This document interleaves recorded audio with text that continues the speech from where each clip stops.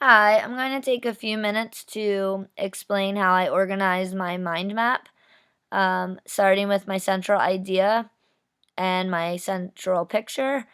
I named my central idea Evolution of Reading, and there's a clock next to it.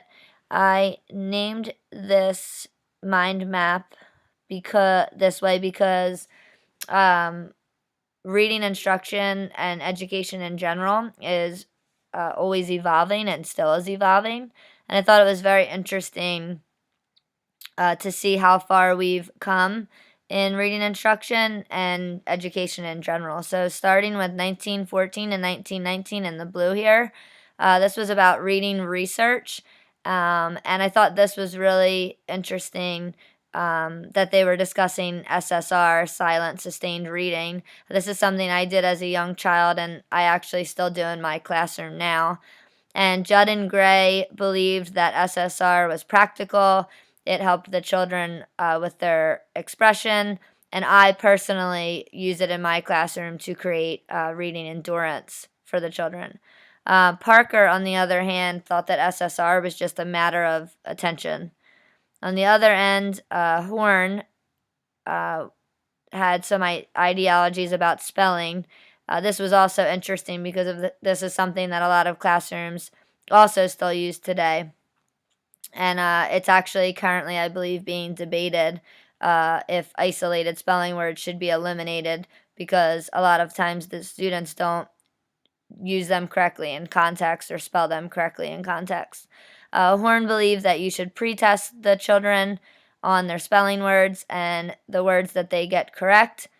They no longer have to study. The words that they get incorrect, they do have to study, and you rigorously review them throughout the week. It's kind of a spiral learning technique, and then they're tested on them at the end of the week. This is a strategy that my grade partners and I use in fourth grade. Moving on to 1920 to 1929, you had Thorndike, who believed that reading was thinking, and this involved, questioning and predicting and inferencing. And he thought it was an elaborate procedure and also thought that reading a paragraph was almost similar to solving a math problem, which I'd have to definitely agree with because when you're reading a paragraph, you're piecing together words to make sounds, and you're piecing together ideas to make sense of what you read.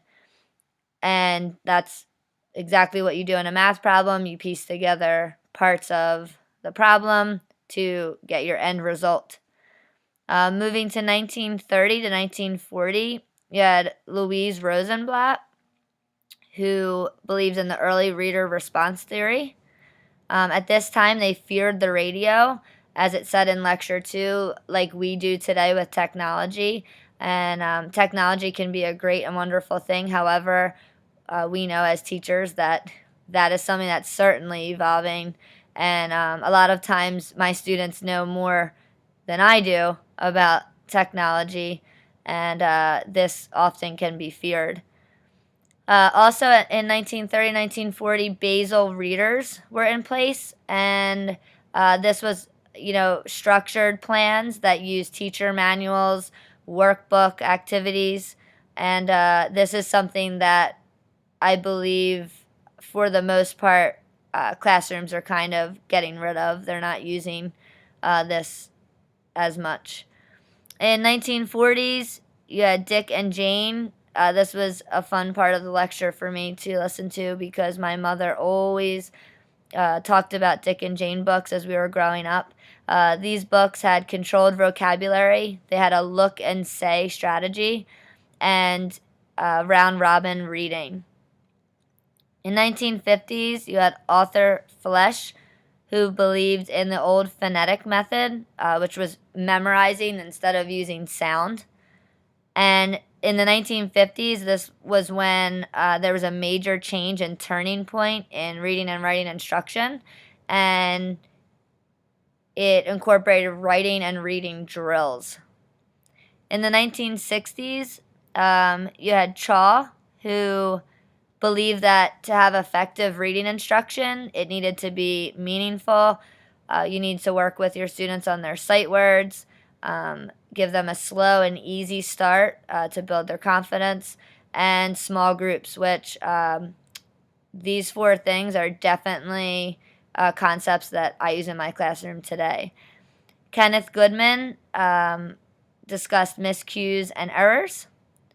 In the 1960s, SQ3R came about, and this was surveying the text, so scanning it, seeing what you're going to read, questioning, thinking, engaging yourself in the text, and then the three R's: read, recite, and review. Also in the 1960s, you had DRA, which was an instructional approach, questioning before reading, questioning during reading, questioning after reading, and really, trying to understand if the student is comprehending the text. Moving over to the 1970s, you had whole language theory. Whole language theory is very different than the phonetic awareness theories previously. Whole language theory was to teach the reading as a whole rather than the students using phonics and decoding, and to focus on meaning and strategy instead.